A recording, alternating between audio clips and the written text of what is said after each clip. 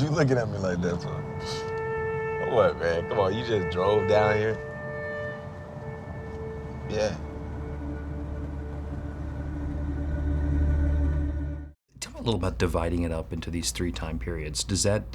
Does it become a very insular process doing sort of 3 different films, or is there a lot of crossover? No, I mean, there wasn't any crossover, and we tried to shoot them in sequence. And creatively, intellectually, I thought of them as still being of one piece.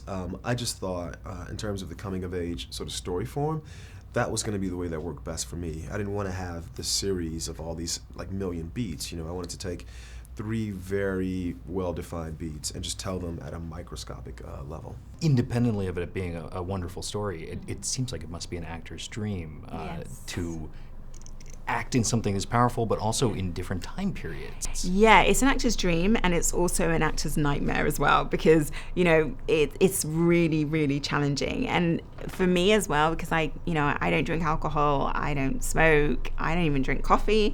And so to go from me to full-blown crack addiction, I just thought, how am I ever going to be able to reach this, you know?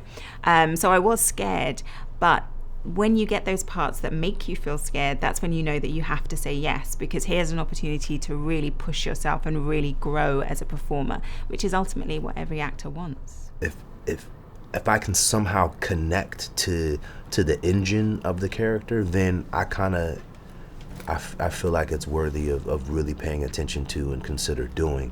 But again, I was just shocked for Moonlight that there were people who were being kind of explored that I've grown up with that usually are just not in these stories in this way, because the nuances was there. Of these characters are different from anything I think we've seen on screen. Right. And that was important, and that was incentive for me to be a part of it, because I've always thought it's important that we be looked at as complete human beings, not monolithic, not one-dimensional, but we're complete. You know, we have our flaws, we have our strengths, and that's what Barry and Tarell were able to do so honestly and truthfully, and that helped me to come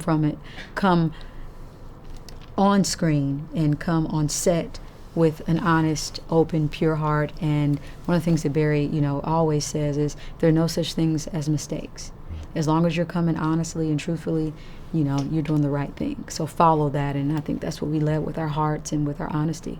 How do you ensure that the elements cross over to sort of feel the same character throughout? Yeah, you know, in casting, you know, we tried to find these actors who all have the same sort of eyes, you know, just so that the audience is always looking in some way into the same person, but also too visually we tried to frame them a certain way, you know, editorially we tried to do certain things to sort of like visually remind the audience that you were watching the same person. So there's a bit of craft to it, you know, but also too, I just think emotionally, you know, these guys, and look at the poster behind you, you know, they helped carry across like the soul of the character.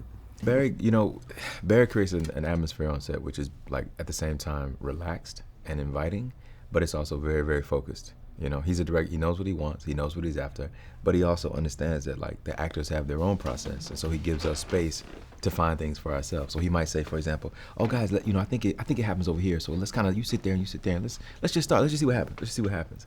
And he'll let us play around, but you know, you watch him and you know all the time, he knows what it's going to be. He knows exactly what's going to come of that, of putting these two people in this particular situation. He knows he has complete control over it, but it's so free. And collaborative. He's a real collaborator. What makes you know when it's right?